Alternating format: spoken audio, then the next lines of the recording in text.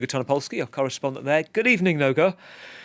Many developments, it seems, every day at the moment in Israel. Tell us what's going on with this. Was this something that you expected? Yes and no. Netanyahu and his ministers have been leading a campaign of besmirching and attacking the head of the Shin Bet, Ronen Bar, a professional head of this institution, of this national agency, for many, many weeks now. And this has been growing in intensity since the Shin Bet announced now several months ago that it had launched a probe into wartime espionage on the part of some of Netanyahu's top aides.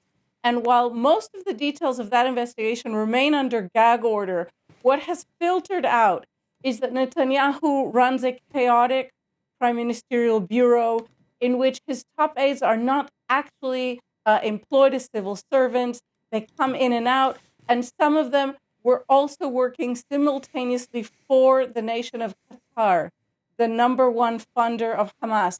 So that is in the background. Today we heard of a new investigation opened against, for other malfeasance, opened against Netanyahu's military attaché, and that appears to be the straw that broke the prime minister's back. However, this is an extremely complicated maneuver, and it's unclear that Netanyahu has the legal authority to fire Bar. We do know already that in the meeting that took place less than an hour ago, Netanyahu demanded Ronen Bar's resignation. Ronen Bar refused, as he has the right to do. The prime minister cannot directly fire him statutorily. The cabinet, this is Netanyahu's cabinet is a cabinet of yes ministers. That won't be the problem. But Netanyahu is a criminal on trial right now, an indicted criminal, and his bureau is being investigated. So what we're seeing here is manifest conflict of interest, significant ethical breach, and we see Netanyahu ignoring warnings he received from the Attorney General over the last few weeks, telling him he does not have the authority to fire the head of the Shin Bet. So tonight is just starting, Gavin. So there's a lot of complications to work out. So it's looking like, I think, Noga, there's going to be a government vote on this. Is the next step here. Netanyahu saying also today that his distrust, quote, had grown over time with Bar and the Shin Bet, and that the position would, quote, help Israel achieve its war goals and prevent the next disaster. Yet, at the same time, if we look through, you and I have spoken about this in the past, there have been a number of senior security officials, former defence minister, army chief as well, fired or forced to step down. Bar, one of the few remaining senior security officials since October the 7th attacks to remain in office. We're not hearing yet from the Shin Bet, no official response from them tonight. And also, tell me about this as well. Earlier over the weekend, the predecessor of Ronen Bar, Nadav Argaman, said he would release sensitive information about Netanyahu if it's found the Prime Minister had broken the law. What's going on here? Right. Nadav Argaman, also a Netanyahu appointment, incidentally, is the immediate predecessor of Ronen Bar. And he gave a very explosive interview, as you said, this weekend, in which what he said actually was that he possesses information that is unique information that he has from years. He was 10 years in post, years of one-on-one meetings with Netanyahu. And this is information that he has always safeguarded as part of protecting Israeli democracy. This is probably the moment to mention the Shin Bet is the only Israeli body, the only agency that has a legal mandate, and I quote, to preserve and protect the democratic regime of Israel.